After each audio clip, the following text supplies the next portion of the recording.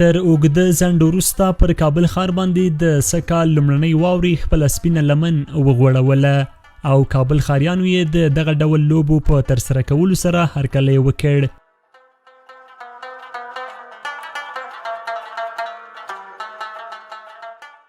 دا چې له وړاندې لا په کابل ښار کې د اوبو کچې ټیټه تللې او دغه لوی ښار په تیرو څو کلونو کې وچکالۍ سخت ځپلی دی، تر اوږده انتظار وروسته پر دغه ښار باندې لومړنۍ واوره وشوه چې ورسره د کابل ښاریانو او دغه راس بزګرانو هیلې راوټوکېدلې.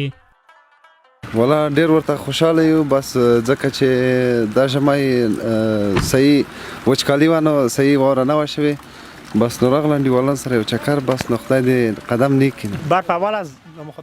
دا لومړنۍ واوره ده. ماشاءالله په دې سیمه کې بزګران ډیر دي. موږ سږنۍ واورو ته ډیر خوشحاله یو. ما خپل غنم کرلې، نو دا ورښتونه ورته 80 سلنه ګټه رسوي، ځکه چې ځمکه وچه ده. کله چې دا واوره پرې وورېږي نو لمدېږي. یو شمیر بزګران او کابل ښاریان وایي چې هیله لري دغه ورښتونه دوام پیدا کړي. د ښاریانو او بزګرانو پر وړاندې د وچکالۍ له کبله راپورته شوي ستونزې تر یوه بریده راکمې کړي. ډیر زیات خوشحاله یو. دا ورښتونه بزګرانو او هم عامو خلکو ته ډیر ښه دي. سږ کال وچکالي هم ډیره زیاته وه، ځکه د ورښتونو د نه شتون له امله ډیر خلک له ګڼو ستونزو سره مخ وو. دا د شکر واوره شروع شوې ده. به صفت یک دهقان توصیه می است که د یوه بزګر په توګه به زه دومره ووایم چې ورښتونه د ځمکې لپاره ډیر ګټور دي.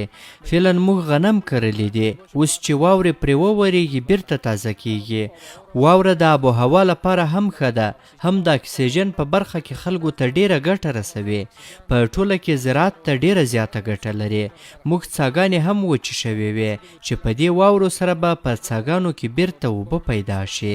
ډیری کابل ښاریان د لومړنۍ واورې څخه د هرکلي په پار د پغمان ولسوالۍ دغه کسرونو ته په چکر راغلي دي او وایي چې دغه واورو ته یې اوږد انتظار کړی وو او هیله لري چې په ټول هیواد کې ورښتونه دوام پیدا کړي او راتلونکی کال د هیواد لپاره یو آباد کال شي. شاوخوا ته خلک تاسو وینئ ډېر خوشحاله او خوښ برېښي. نو په همدې امله موږ هم راغلي یاستو، منظره وکړو، د واورې منظره وکوله او دوستان مو لیدل دلته نږدې نه ملګري، نو ډېر خوشحاله سو، خوشحالۍ احساس کوو. الله تعالی دې داسې رحمت واوره وورئ تر څو د وطن کې خوشحالي ختمه سي. موږ دغه اوس وخت له پاکستان راغلي او خپل وطن کې وګرځېدلو. ماشاءالله موږ وطن ډېر ښایسته ده او ډېر خوشحاله موږ دا واوره اوس ځکه چې دا خوشحالي به ختمه سي پکې او نور ډېرې ښایسته منظرې دي ماشاءالله چې ګوري. د اوبو برخې یو شمېر کارپوهان وایي چې دغه ورښتونه د ځمکې څخه لاندې د اوبو کچې د راپورته کېدو لپاره یوه جدي اړتیا وه او د نور هیواد په ګډون کابل ښار هم په تیرو څو کلونو کې سختې وچکالۍ تجربه کړي دي. د دغه کارپوهانو په خبره چې د ورښتونو اوبو باید کنټرول او سپما شي او اړوند ادارې دي په دې برخه کې اقدامات ترسره کړي. دا ډېر د خوشحالۍ ځای ده چې موږ په ټول هیواد کې د ورښتونو شاهد یو او هیلهمند یو چې ورښتونو سطحه ډېره سي تر څو وچکالۍ مخه ونیسي او د ځمکې لاندې اوبه بیا ځلې چارج سي. خصوصا کابل لپاره ورښتونه ډېر ګټور تمام سوي دي.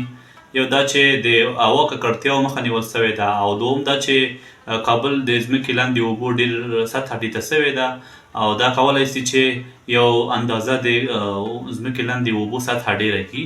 دې لپاره چې دا کار موږ ښه ترسره کړو نو ضرور ده چې یو کوهي یا څاه وکندل شي او هغې نه بعد د باران او واورې اوبو هغې خواته هدایت شي. که څه هم په تیرو 2 اونیو کې د افغانستان په یو شمېر نور ولایتونو کې هم ورښتونه شوي دي، خو د اوبو د برخې کارپوهان دا کافي نه بولي او زیاتوي چې که دغه ورښتونه دوام پیدا نه کړي د وچکالۍ له کبله به د خلکو ستونزې لا زیاتې شي.